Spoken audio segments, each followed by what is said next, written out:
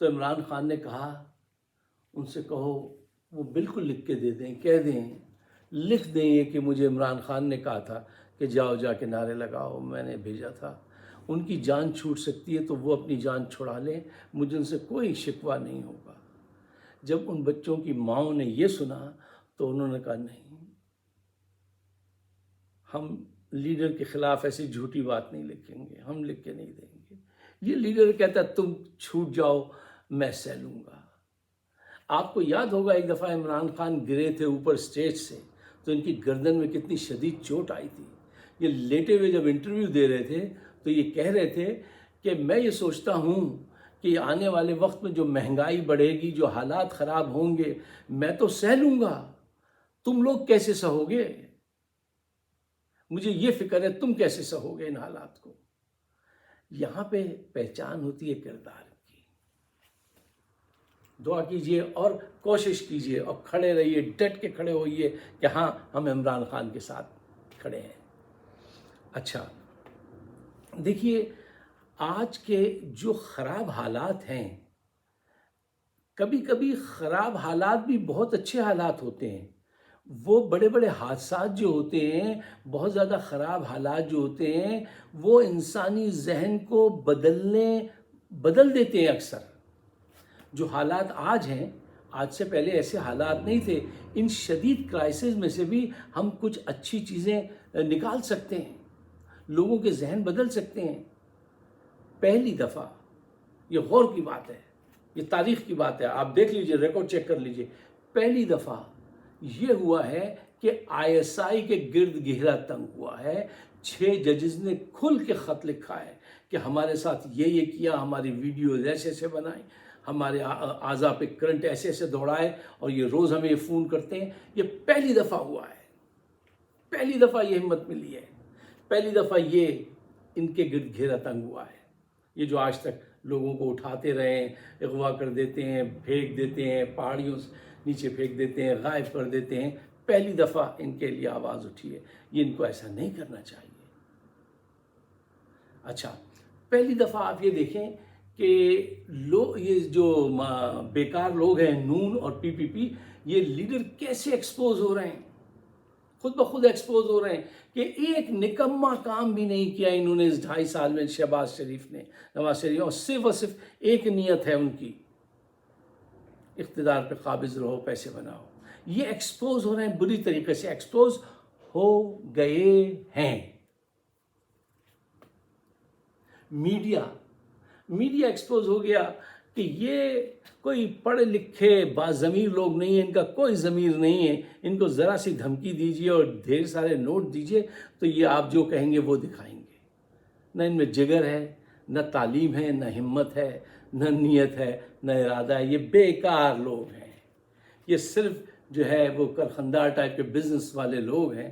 یہ آ گئے ہیں اور یہ میڈیا کو صرف بزنس سمجھتے ہیں۔ میڈیا ایک حد تک بزنس ہوتا ہے، ایک پورشن میں رکھنا چاہیے، لیکن اس کی ایک ڈیوٹی بھی ہوتی ہے میڈیا کی۔ وہ ڈیوٹی یہ ادا کرنے کے لیے تیار نہیں، اور تاریخ لکھے گی کہ ان کی حیثیت بھی بازار حسن کی عورتوں سے زیادہ کچھ نہیں تھی۔ انہوں نے کوئی کردار ادا نہیں کیا پاکستان کی بہتری کے لیے، سوشل میڈیا نے کیا۔ اچھا، سوشل میڈیا پہ ایک بات میں ابھی آپ کے سامنے رکھوں گا، ایک اور بہت اہم پوائنٹ ہے جس کو ہمیں آپس میں ڈسکس کرنا چاہیے اور سمجھنا چاہیے اور دوستوں کو سمجھانا چاہیے۔ دیکھیے، عمران خان کی خواہش اور جدوجہد یہ نہیں ہے کہ وہ ان کو اقتدار سے ہٹا کر خود وزیر اعظم بن جائیں اور اقتدار میں آ جائیں۔ وہ اس سلسلے کے کھلاڑی نہیں ہیں، ان کی سوچ یہ نہیں ہے۔ اگر یہ ہوتی تو بہت پہلے وہ جیسے یہ ساز باز کرتے ہیں بین الاقوامی طاقتوں سے اور پاکستان کی فوج سے، ایسے یہ بھی کرتے اور اب مزے سے حکومت کرتے رہتے، جیسے دنیا چل رہی تھی چلتی رہتی۔ وہ یہ نہیں ہے، وہ یہ کہتے ہیں کہ میں یہ سارا سسٹم چینج کرنا چاہتا ہوں، وہ یہ کرپشن کو دور کرنا چاہتا ہے، وہ غربت کو دور دھکیلنا چاہتا ہے، وہ کرپٹ لوگوں کو سزائیں دلوانا چاہتا ہے۔ وہ کہتا ہے کہ پاکستان کے اندر سب کے حقوق جو ہیں وہ برابر ہوں، ہر ایک کو گرو کرنے کا موقع ملے، غریب کا بچہ بھی اچھے اسکول میں جائے۔ وہ ان کے نصاب ترتیب دے رہا تھا، وہ پاکستان میں کسانوں کے ساتھ مل کے کام کر رہا تھا۔ غربت میں، کورونا میں آپ ذرا اس کا کردار دیکھیے، روز کہتے تھے میرے دیہڑی دار کا کیا بنے گا، کیا اللہ تعالیٰ نے مدد کی، کتنی اچھی پالیسیز بنائی ہیں، 6.2 پہ GDP چلی گئی۔ ہر طرح سے وہ ان کے لیے سوچتا ہے، اپنی ذات نہ اس کو شہرت چاہیے، اللہ نے بہت دی، پیسہ نہیں چاہیے، عزت نہیں چاہیے، کوئی سب چیزیں اللہ نے اس کو دے دیں، اس کا کوئی مسئلہ نہیں ہے ان کی طرح کہ زیادہ سے زیادہ پیسے کماؤ، اقتدار پہ قابض رہو، باہر جا کے پراپرٹیز خریدو، بچوں کو باہر سیٹل کرا دو۔ یہ اس کا فورٹے نہیں ہے، اس کے ذہن میں یہ باتیں نہیں ہیں۔ وہ کہتے ہیں کہ میں یہ پورا سسٹم چینج کرنا چاہتا ہوں، جہاں ایک عام آدمی کی عزت ہو، ہر آدمی الگ صحیح لیکن اس کی سوچ ایک ہی ہوتی ہے کہ معاشرے میں اس کا بھی کوئی مقام ہو۔ وہ ایک صاحب نے بڑی اچھی ایک پوسٹنگ بنائی تھی، میں نے پڑھی تھی کہ عمران خان بیٹھے ہوئے ہیں اور وہ اس کے اوپر اس نے کیپشن لکھا تھا، I didn't come to play the game, I came to change it۔ میں گیم کھیلنے نہیں آیا ہوں، میں گیم کو چینج کرنے آیا ہوں، اور میں چینج کر کے دکھاؤں گا انشاءاللہ۔ تو یہ ان کی جدوجہد جو ہے وہ اس کے لیے نہیں ہے کہ ان کو اقتدار مل جائے، وہ وزیر اعظم بن جائیں، نہیں، وہ کہتا ہے میں بڑے بڑے جو گولز ہیں وہ اچیو کرنا چاہتا ہوں، اپنے لیے نہیں۔ اس کا نہ کوئی بھائی ہے نہ چاچا ہے، اس کا کوئی چکر نہیں ہے، یہ ٹھیک ہے نا، بہنیں کو مجبوراً علیمہ آتی ہیں، مجبوراً بیچاری آتی ہیں، ٹھیک ہے نا، اپنا بھائی کی محبت میں آتی ہیں، لیکن ان کا بھی کوئی ارادہ نہیں ہے کہ وہ آگے قبضہ کر لیں گے اقتدار، نہ نہ نہ، یہ ان کا سلسلہ ہی نہیں ہے کچھ۔ اب حالات وہاں پہ آ گئے ہیں کہ گیو اپ کر چکے ہیں، ان کے اعصاب ٹوٹ چکے ہیں جرنیلوں کے۔ میں آپ کو پھر بات یہ بتاتا ہوں، کل بھی یہ میں نے بات کہی تھی۔ اچھا، کیوں کہتا ہوں یہ بات؟ اب آپ ذرا دیکھ لیجئے کہ ججز کے ساتھ یہ بات چیت کی جا رہی ہے کہ کسی طریقے سے تم اس کو ایسے مناؤ کہ ہماری ٹانگ ہارنے کے بعد بھی اوپر رہے۔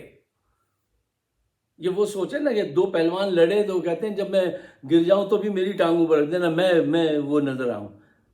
کیا یہ انا کی جنگ آپ ختم کیجئے، پاکستان کی سوچو، پاکستان کی نہیں سوچو گے۔ حلف قرآن پہ اٹھایا ہے پاکستان کی وفاداری کا، اور وفاداری نبھاتے ہو زرداری اور نواز شریف کے ساتھ۔ کیا قوم کو یہ باتیں نظر نہیں آتی؟ کیا وہ نہیں سوچتے ہوں گے؟ سوچتے ہیں، دیکھتے ہیں، سمجھتے ہیں۔ ان کے اعصاب جواب دے چکے ہیں۔ جرنیل ججز سے مل کر چاہتے ہیں کہ کسی طریقے سے، اچھا یہ سسٹم کو بچانا چاہتے ہیں جس میں $17 بلین سال کے یہ حکمران طبقہ کھاتا ہے، اور یہ اس میں چھپ جائے ان کی کہانی بھی کہ وہ 6 ججز کا جو خط ہے وہ بھی چھپ جائے، اور کسی طرح سے اس کو یہ لالچ دو اس کو۔ وہ کہتا ہے میں لالچ میں آنے والا آدمی ہوں، مجھے وزیر اعظم بننے کی جلدی نہیں ہے۔ تم کس بات کے مذاکرات کرنے کو کہتے ہو؟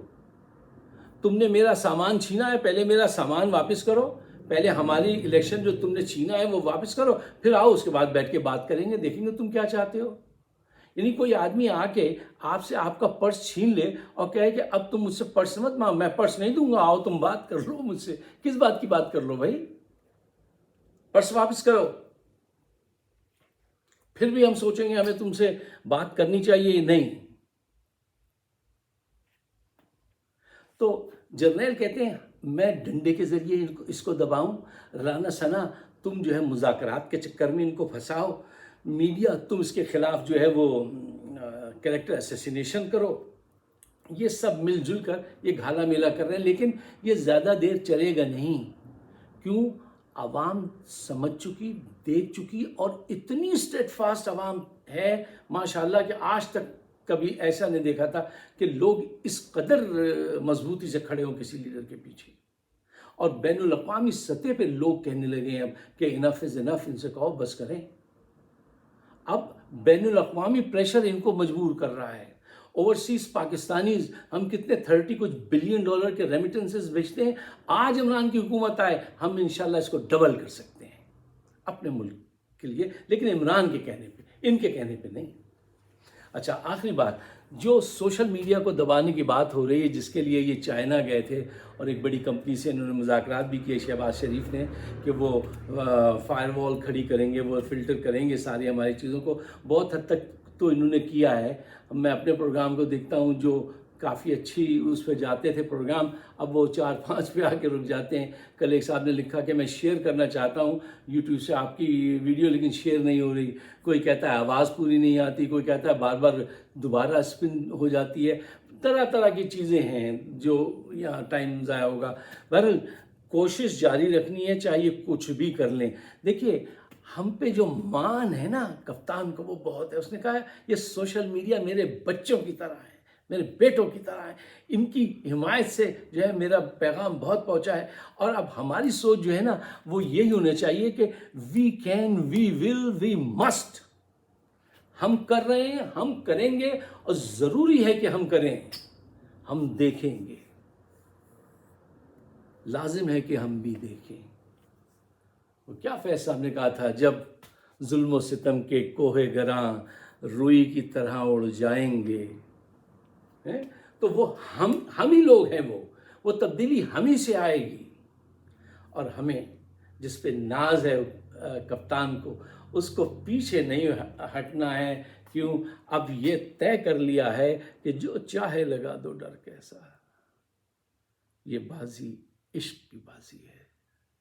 گر جیت گئے تو کیا کہنا, ہارے بھی تو بازی مات نہیں. پاکستان سے ہے ہمارا رومانس ہے, بورن ان پاکستان. ہمارا ملک ہے وہ. ہمارے پیرنٹس نے ہجرت کر کے سب کچھ لٹا دیا تھا, اتنا کچھ لٹایا تھا کہ اب مناسب نہیں ان باتوں کا ذکر کرنا. اب یہ دیکھنا ہے کہ ہم اس کے لیے کیا لٹا سکتے ہیں, ہم اس کے لیے کیا قربانی دے سکتے ہیں. جس کے لیے ماں باپ نے قربانی دی تھی, ہم بھی قربان ہوں گے, اس کے لیے ہم بھی قربانی دیں گے.